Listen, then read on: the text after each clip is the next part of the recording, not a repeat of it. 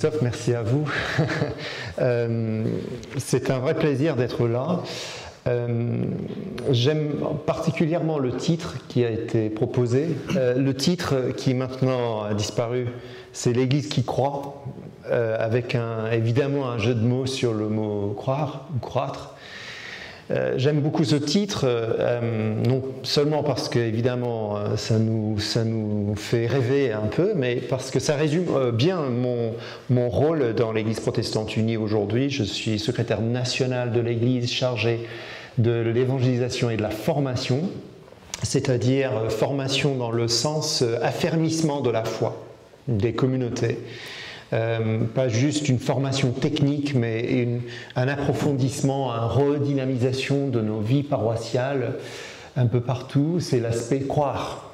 Mais évidemment, ça a une incidence sur notre manière de porter la foi dans la société. On ne peut pas croire être dynamisé par l'Évangile sans qu'il y ait des retombées dans les entourages où on se trouve, d'où l'aspect évangélisation et donc croissance. Donc, voilà. Église qui croit, oui, ça résume bien ce qui me motive, ce qui me met en mouvement. Et je suis tout à fait conscient que la situation en France n'est pas la même que celle que nous voyons ici. Donc, je viens avec une perspective particulière. Je connais aussi la situation en Angleterre. À vous, à nous tous, de faire les transpositions nécessaires pour voir ce qui peut germer de tout ça. Je ne viens pas avec des leçons, avec des recettes, mais plutôt avec des idées, plutôt en forme de témoignage pour essayer de partager avec vous ce qui se passe et la réflexion que nous essayons d'avoir en France de l'autre côté de la frontière. Alors, une église qui croit, qui dit une église qui croit, elle parle de l'église. Et on fait souvent en France, ou moi je fais souvent une petite animation pour essayer de voir quelles sont les images que les uns et les autres ont, tu peux faire avancer, ont de l'église. Alors juste entre parenthèses, puisque tu as mis la première diapo, je vais avancer dans 3 temps et je vais mettre 3 fois aussi des petits flashs juste pour vous réveiller, d'accord? C'est comme des flashs publicitaires, c'est pas de la publicité mais c'est juste un peu différent, juste pour vous réveiller. Donc vous inquiétez pas, si je vois qu'il y en a qui s'endorment, tout de suite, on va mettre le flash. Une église en mouvement, j'aimerais démarrer là avec notre vision d'église. Donc souvent on demande aux gens quelles sont les images qui viennent à l'esprit quand on parle de l'église.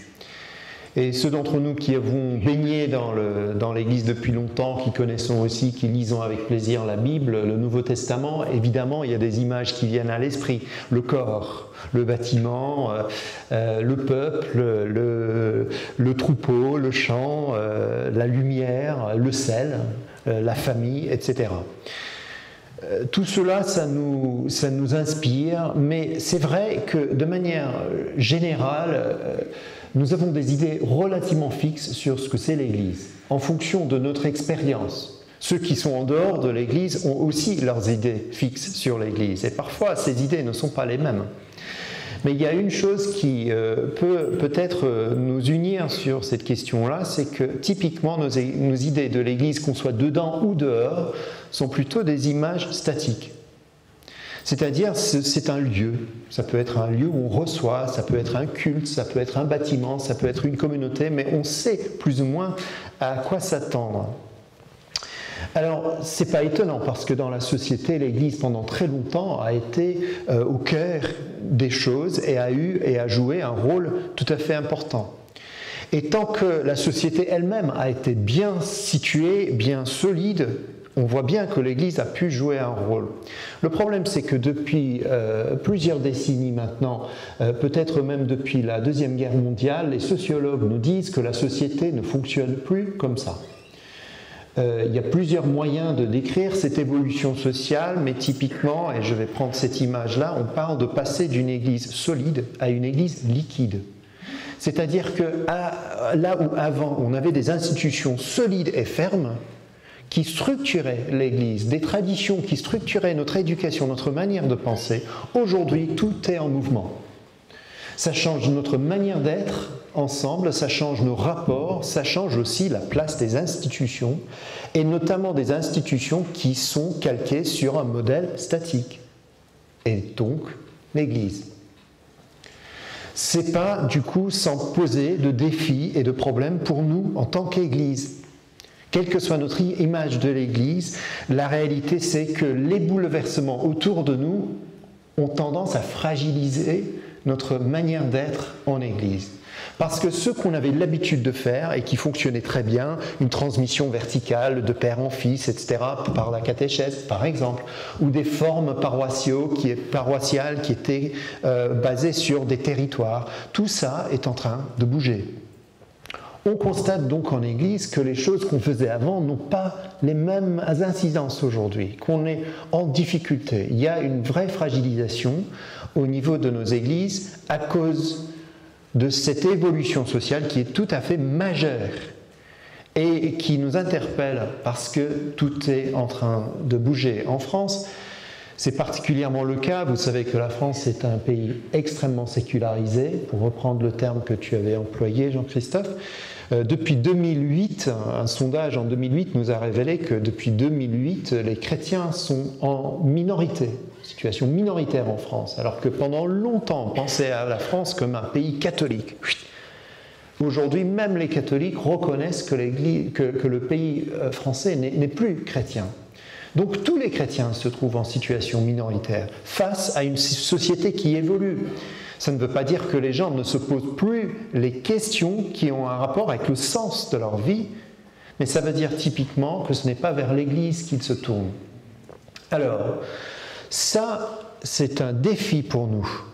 Nous qui sommes dans l'Église et nous qui essayons d'être Église. Un tel point où un auteur, un responsable de notre Église a écrit par rapport à la situation en France, mais je pense qu'il y a des similitudes ici, ces évolutions mettent le protestantisme français au défi de renouveler sa manière d'être Église.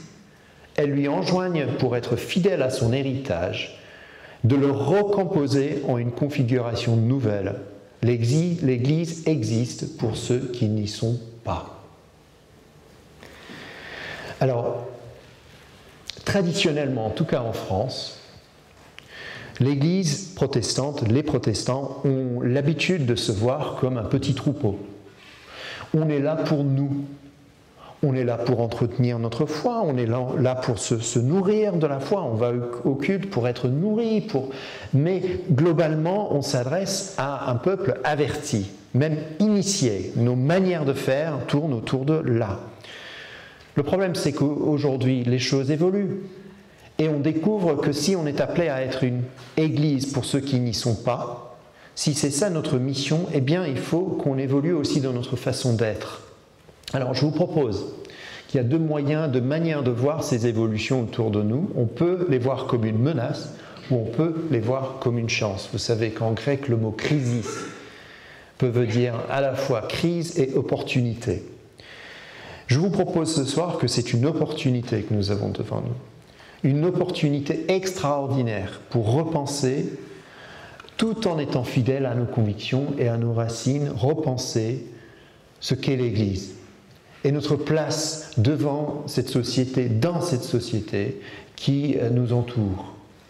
J'ai dit en étant fidèle, oui, parce que quand on revient aux images que nous avons de l'Église dans le Nouveau Testament, dont certaines, je viens de les citer, on découvre qu'en fait, chacune de ces images est une image en mouvement. La famille, elle est appelée à grandir, le corps est appelé à se développer et à servir.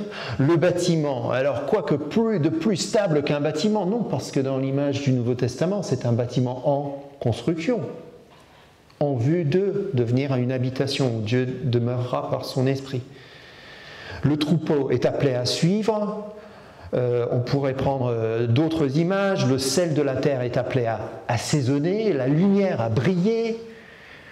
Le bateau, si on prend cette image, à transporter, le champ à labourer, la communauté à partager, les invités à la fête. Si on prend l'image de l'église comme ça, j'aime bien cette image-là de ce lieu de fête, et c'est justement ce lieu de célébration où on est appelé à accueillir. Vous voyez, on est on a tout sauf des images statiques dans le Nouveau Testament. Donc prenons ce changement sociétal comme une chance à saisir pour redécouvrir quelque chose d'essentiel par rapport à ce que nous sommes. Alors, dans le contexte français où j'exerce mon ministère, l'Église protestante unie de France, on a essayé d'accompagner ce changement de regard sur l'Église et sur la place de l'Église dans la société en donnant un titre à ça, c'est en se disant que nous, en tant qu'Église protestante unie, on veut être une Église de témoins. Une Église qui témoigne, une Église dont la raison d'être est d'être porte-parole du message du Christ. Nous sommes là pour les autres. C'est un défi énorme pour nous, parce que vous qui connaissez la France savez que les protestants français sont très très intériorisés par rapport à leur foi. Leur foi est quelque chose de privé. Témoigner de la foi ne vient absolument pas naturellement pour un protestant français. Ce n'est pas dans son ADN. Il a appris à garder sa foi pour lui. Et bien justement, il faut relever le défi. Alors, Jean-Christophe a dit que la sécularisation, ces changements ne sont pas limités à un cadre. Non, parce que nous voyons bien qu'il y a d'autres pays qui se posent les mêmes questions. Et je suis intéressé par une étude qui a été faite donc en Angleterre. On va revenir à ça, mais là, je vois que vous êtes en train de vous endormir déjà. Mais ce n'est pas possible, ça fait que 10 minutes que je vous parle. Alors, on va faire un flash. Voilà, le flash, c'est très intéressant. C'est une étude qui a été faite par l'Église d'Angleterre, qui concerne 3 publics. Chaque fois, un flash, ça va être 3 choses, d'accord? Punchy. Là, c'est une étude qui a été faite dans l'Église d'Angleterre où ils ont regardé les publics. Ils ont divisé la population anglaise en 3 segments. Le segment qui concerne ce qu'ils appellent à gauche les churched, ça veut dire ceux qui ont un lien plus ou moins actif avec l'Église. Ces gens-là ne viennent pas forcément à l'église tous les dimanches, même pas une fois par mois. Ça peut être des gens qui viennent une fois par an, mais pour eux, le lien est actif. Ils se tournent vers l'église, il y a quelque chose de réel là en termes de lien. Pour l'église d'Angleterre, dans cette enquête, ils ont découvert, et c'est les 2 premiers segments en haut, à droite, que là, on est devant 20% de la population. D'accord ? 20%. Deuxième segment, c'est ce qu'ils appellent les de-church, c'est-à-dire ceux qui ont eu dans le passé un lien, mais aujourd'hui le lien est un peu affaibli ou pas actif. C'est-à-dire ce sont ceux qui ont grandi avec, par exemple, en faisant la catéchèse. Mais maintenant, ils ne pratiquent plus. Ce ne sont pas des pratiquants, mais ils ont gardé quand même des restes. Ils ont des éléments du message en tête. Si on leur parle, ils savent à peu près de quoi on parle quand on dit évangile, par exemple. Là, ça constitue 40% de la population. D'accord ? C'est les 2 segments qui sont après. Ils ont sous-divisé parce que, évidemment, parmi ces gens-là, il y en a pour qui leur expérience de catéchèse a été positive et d'autres pour qui ça reste quand même un peu dans la gorge. Donc il y en a qui sont ouverts, ceux qui sont fermés. Mais ils ont considéré ça comme étant des de-churched. 3e catégorie, c'est le gros morceau là. C'est les non-churched. Alors là, il s'agit de ceux qui n'ont jamais eu d'éducation, ni de lien avec l'Église. Et là, ça concerne 40% de la population. Alors cette recherche a été faite en Angleterre il y a à peu près 10 ans. Depuis, ils ont vu des évolutions.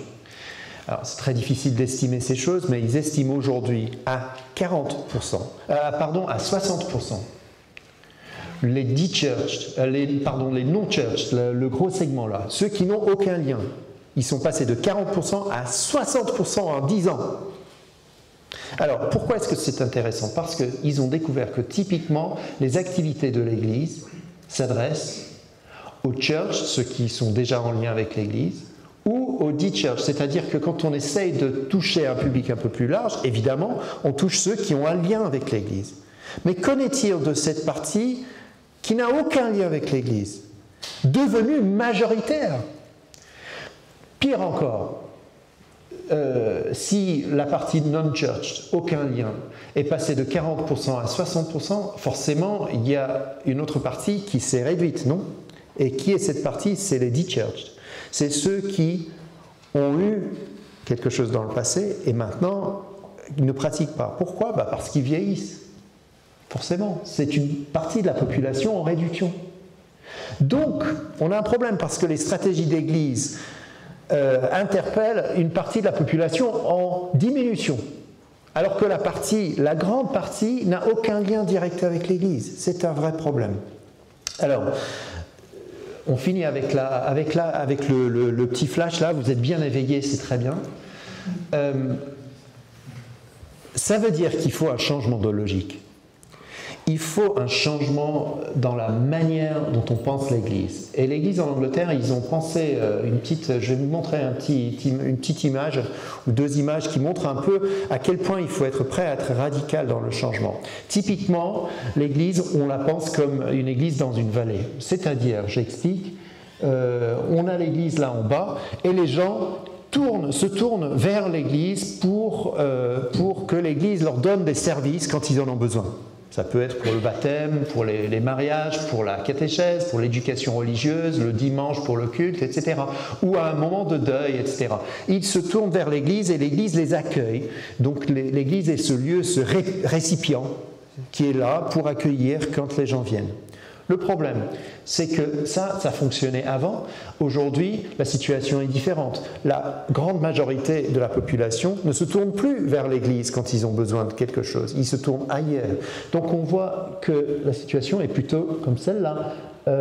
Il y en a qui se tournent encore vers l'Église, bien sûr, mais la plupart, non.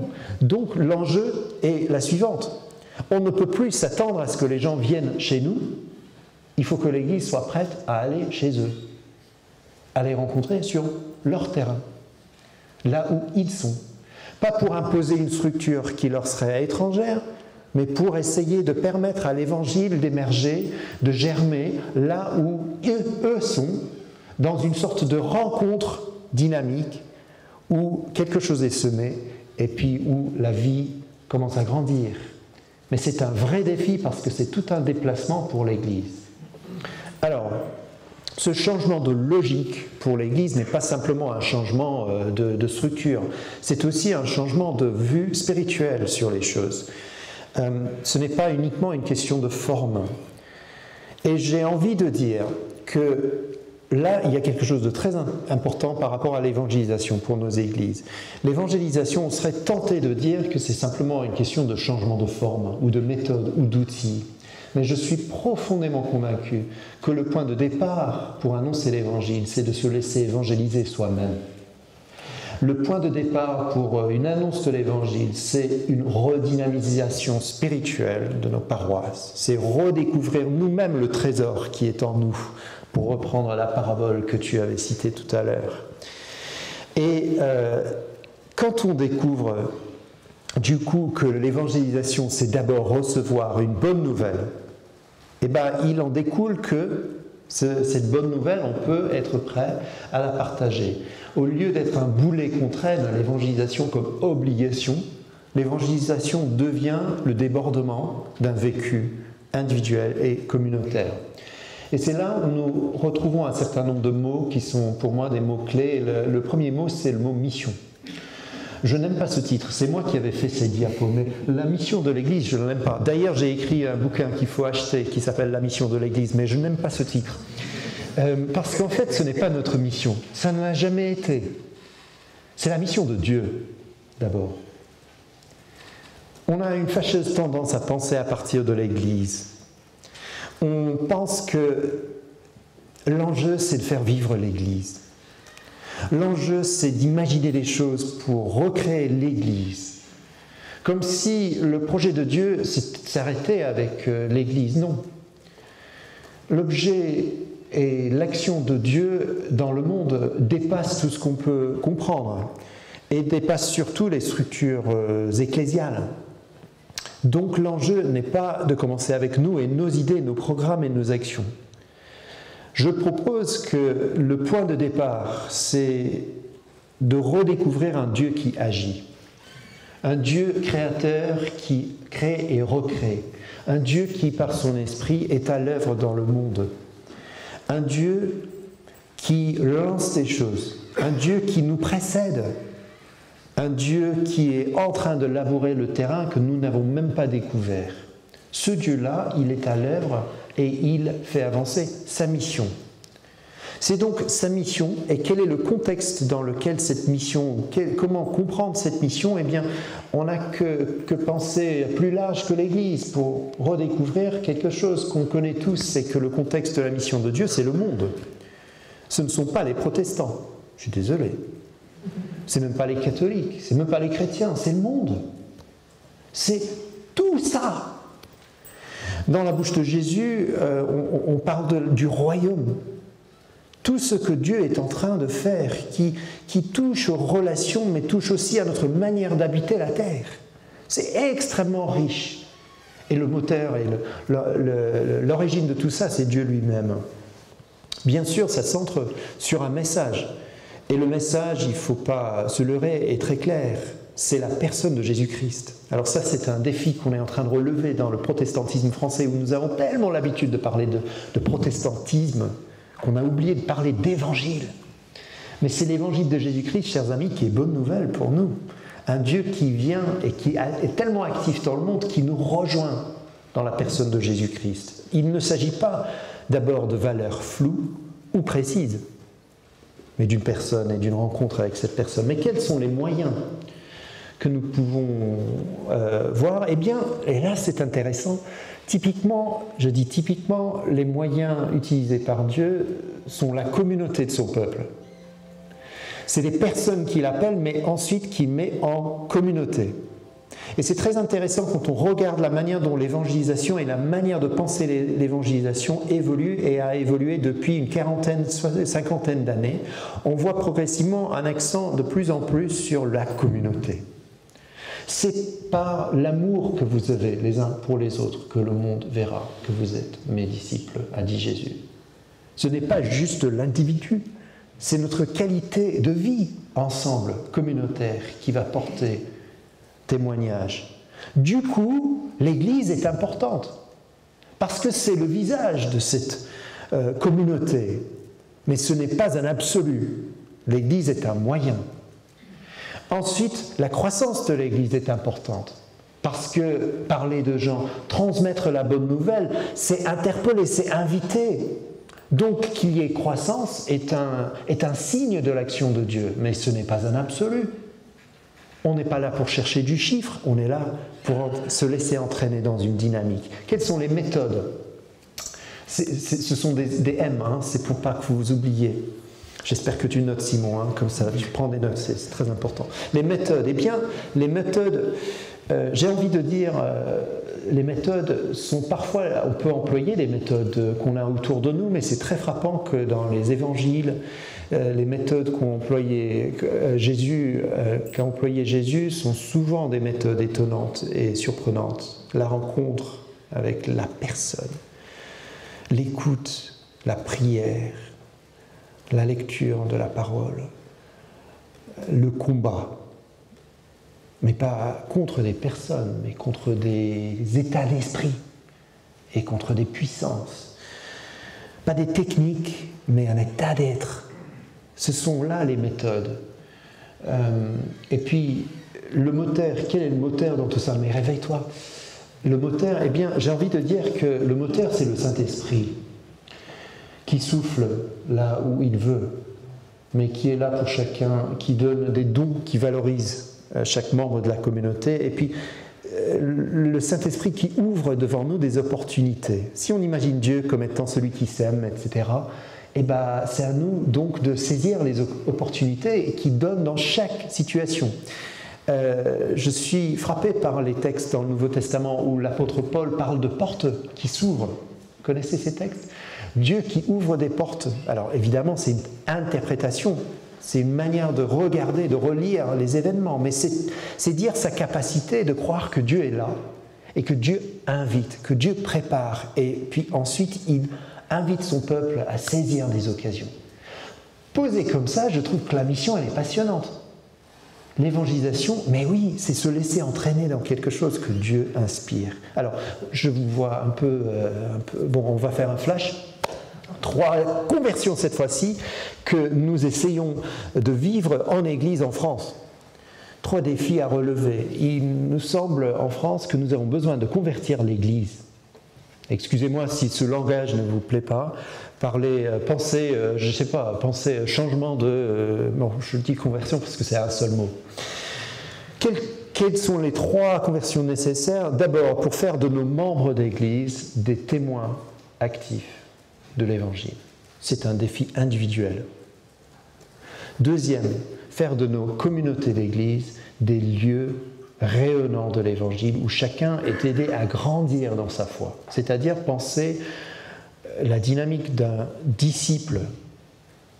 On a eu témoin, chacun un témoin, ensuite des communautés de disciples où on essaie de cheminer ensemble, en groupe avec le Christ. Et le troisième défi, c'est de sortir de nos murs, sortir de ces lieux où on est en sécurité pour aller à la rencontre des autres, pour devenir apostolique dans le sens envoyé. Nous sommes missionnés, chers amis, pour aller dans le monde comme le Seigneur Jésus a été envoyé dans le monde. Mais pour ça, il faut du courage et il faut être envoyé. Alors, tout ça, j'arrête avec le flash.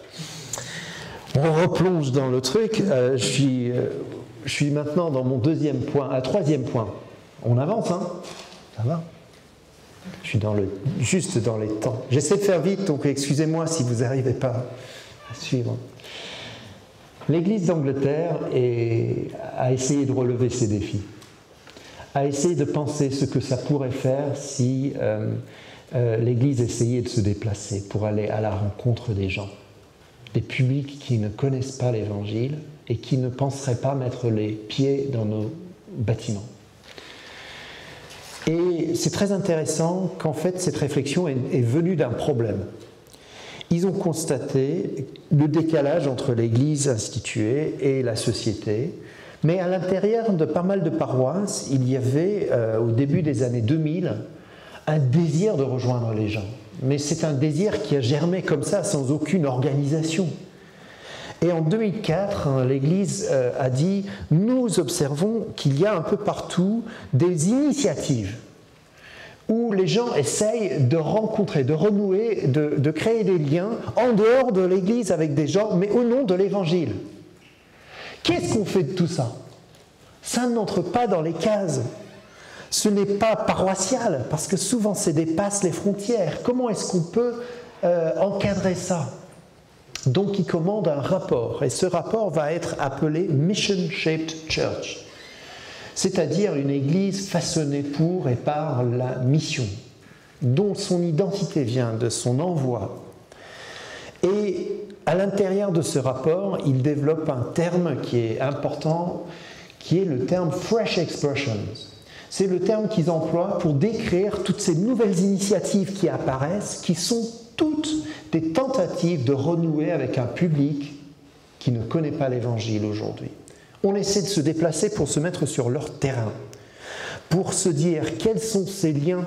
Et ce qu'ils ont constaté, c'est que alors que l'Église, dans ses modes de fonctionnement typiques, n'est pas en lien avec ces gens, typiquement les membres des églises, par leur réseau d'appartenance, par leur implication dans la société, sont en lien, sauf qu'ils ne font pas la connexion.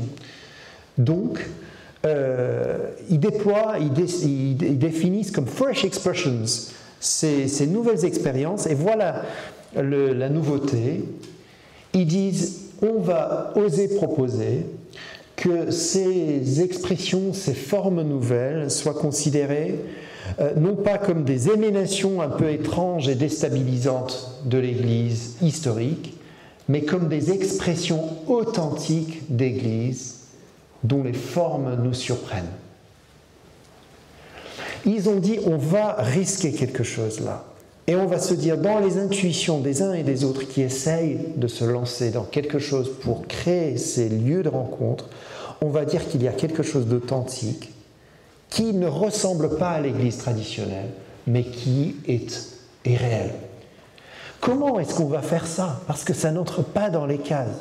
On ne veut pas le refuser, on veut l'intégrer, on veut l'accueillir. Comment le faire? Et ils ont développé un deuxième terme. Et ce deuxième terme, c'est le terme Mixed Economy, économie mixte. C'était très audacieux. Parce que vous connaissez, l'Église d'Angleterre, c'est une église épiscopale avec des diocèses, avec des paroisses très structurées.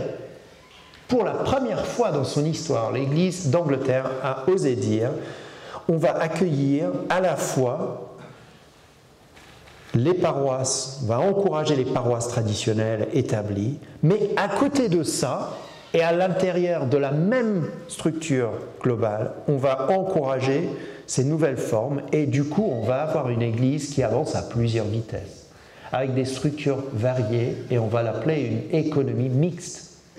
Pourquoi ? Parce qu'on ne veut pas que ce soit une économie juste double, où vous avez l'ancien et puis le nouveau. On veut que ce soit mixte.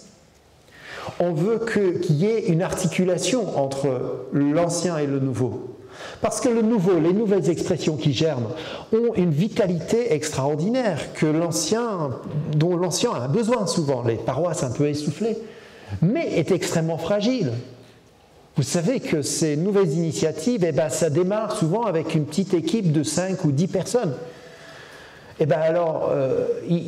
Puisque justement ils se lancent dans l'inconnu, comment accompagner ça? C'est fragile, théologiquement, ecclésiologiquement, socialement, ils n'ont pas de structure. Comment accompagner? Ils ont besoin justement de la solidité de l'institution, des paroisses. Autre chose très intéressante, ils ont découvert 10 ans plus tard, en relisant tout ça, qu'il y avait, c'est en 2014, ils ont revu ça et ils ont constaté qu'il y a aujourd'hui en Angleterre 2000 expressions nouvelles d'Église qui constituent 10%, 15% de toutes les communautés de l'Église et 10% des membres de l'Église d'Angleterre aujourd'hui. C'est quand même assez remarquable en 10 ans. Mais plus intéressant encore, c'est que 80% de ces nouvelles expressions sont issues des paroisses. C'est bien ça. C'est-à-dire que les paroisses traditionnelles ont senti... Qu'est-ce qu'une paroisse? C'est un ensemble de personnes. Personnes qui veulent vivre l'Évangile et qui sentent qu'il y a quelque chose à faire de nouveau, donc qui initient quelque chose. C'est venu des paroisses. Et dans la plupart des cas, il y a un travail d'articulation, du coup, entre la paroisse qui envoie, qui initie, et la nouvelle expression d'Église. Avec cet élément nouveau, c'est qu'on ne pense plus à la nouvelle expression, à la fresh expression, comme étant simplement un prolongement de la vie classique, avec comme objectif final de ramener les gens dans l'Église. Non, on va légitimer ce qui se fait et on va dire que c'est une Église, une expression légitime d'Église en tant que telle. Donc on voit en Angleterre tout un ensemble de choses qui émergent, qui sont nouvelles et qui sont accompagnées. Et c'est donc la mixed economy, l'économie mixte, et l'enjeu est majeur. L'enjeu est le suivant.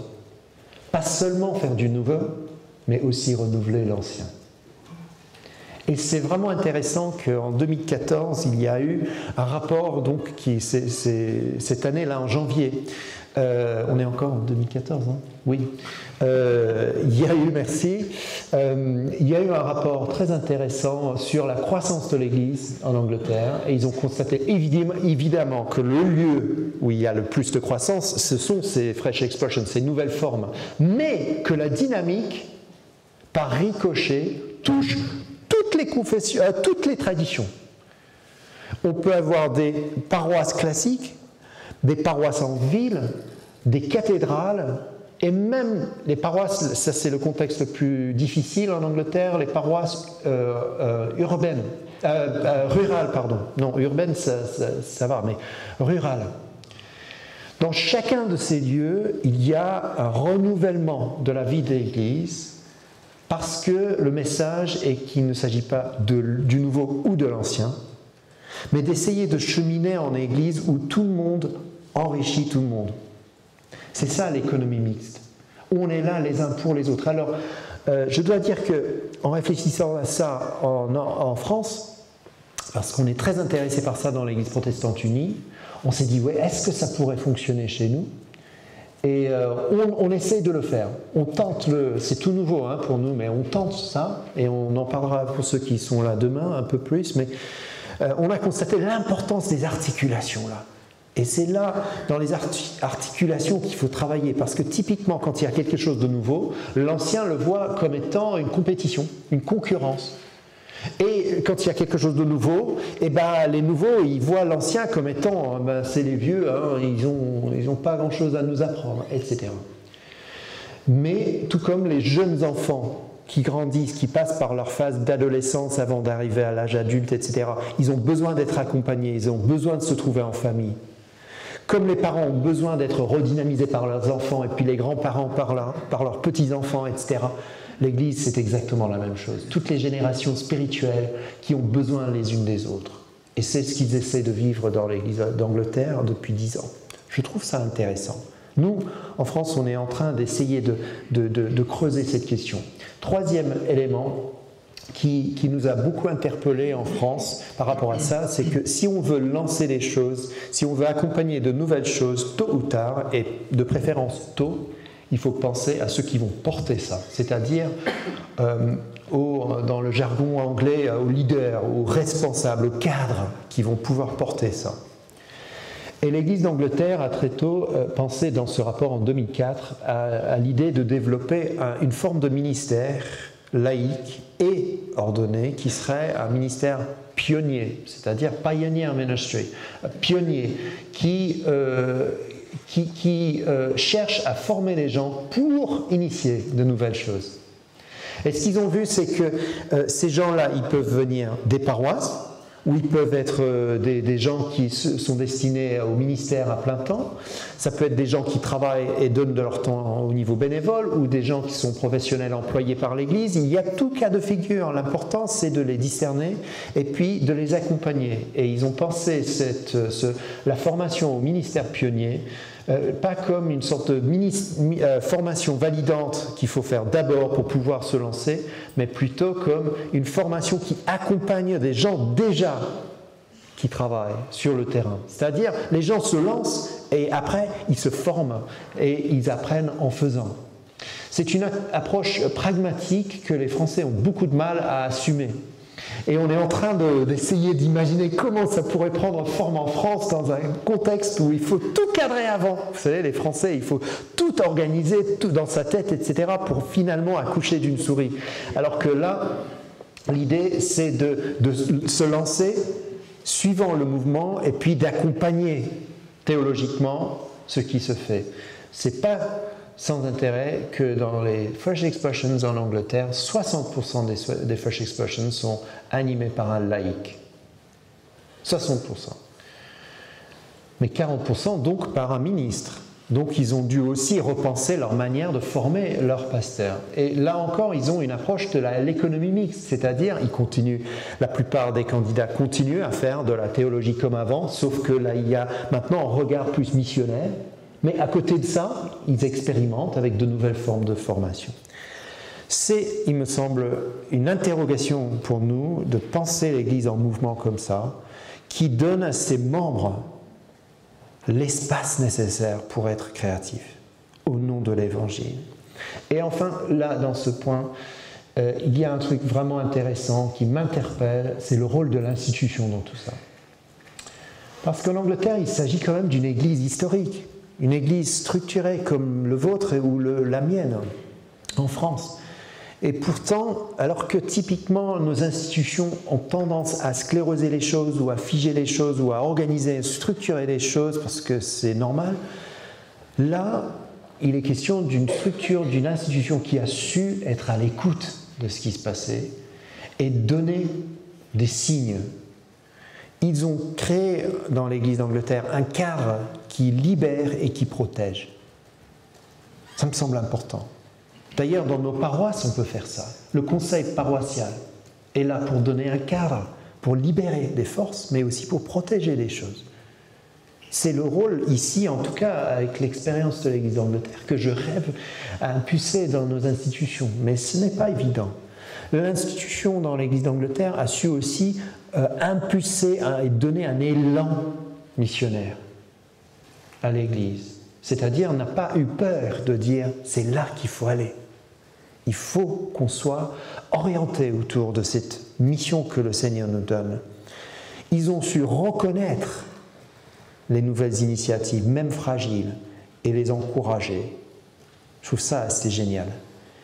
Et puis ils ont cherché à les accompagner, sachant que tout ce qui est nouveau n'est pas forcément bon. Ah oui, on va avoir un dernier flash là. Bon, allez, on est presque à la fin. 3 discernements nécessaires. Et je trouve ça assez interpellant pour lancer une initiative nouvelle, pour accompagner une initiative nouvelle, que ce soit au niveau d'un conseil synodal ou d'un conseil paroissial ou un groupe de personnes. On a besoin de 3 discernements. Il faut d'abord discerner les projets, c'est-à-dire qu'il faut être à l'écoute de ce qui se passe. Qu'est-ce que Dieu est en train de faire qu'on pourrait accueillir? Quelles sont les caractéristiques de ce lieu où nous sommes? Vous savez, en Église, on est très bon pour imaginer ce qu'on aimerait, mais le Seigneur ne commence jamais avec ce qui n'existe pas ou existe uniquement dans nos rêves. Le Seigneur existe toujours avec ce qui existe, c'est-à-dire avec nous, à partir de nous. C'est quand même assez extraordinaire. Et à partir de nous, il peut faire des choses. Donc dans nos paroisses, on commence avec ce que nous avons et ce que nous sommes. Quelle est notre situation?